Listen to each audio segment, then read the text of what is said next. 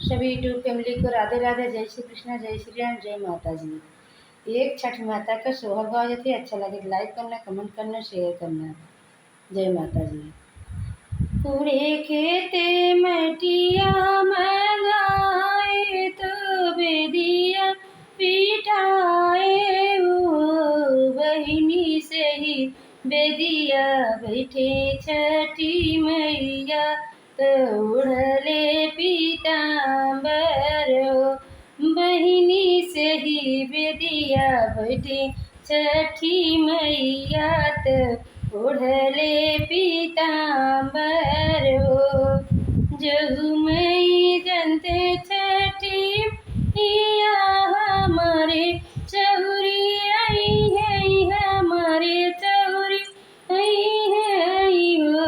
बहिनी आचरण खोरिया बटरते निहुरी पैया, लगते निहुरी पैया लगते हो।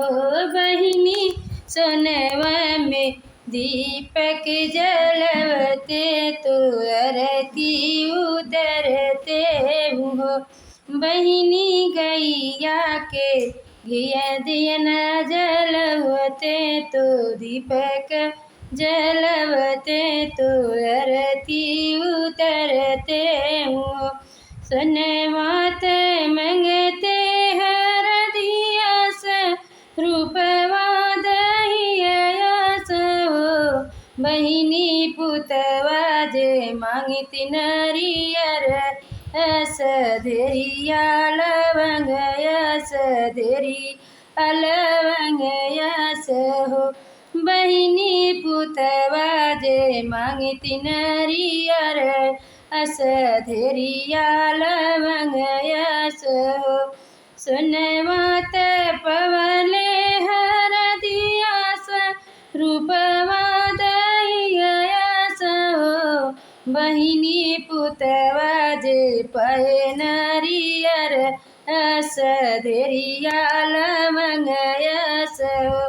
बहिनी पुतवा जे पाए नरियर, यस धेरिया लवंग यस हो।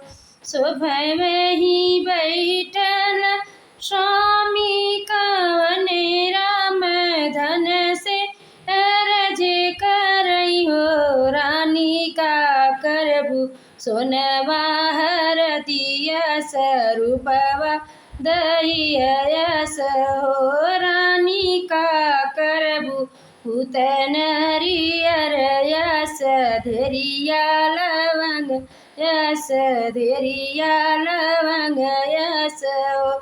रानी का करबू पूतन हरियर, यस धेरिया लवंग यस हो। पुतवा सोनवात मांगे बेलसन बाधे, रूप सिर जन बाधे हो। राजा पुतवा जे मांगे रजवारी बदे, धियावा दमाद बदे, धियावा दमाद बदे हो। राजा पुतवा जे मांगे रजवार बदे, पुत धेरिया दमाद बदे, धेरिया दमाद बदे हो। अच्छा लगे तो लाइक करना, कमेंट करना, शेयर करना। बोल दो छठी मैया की जय।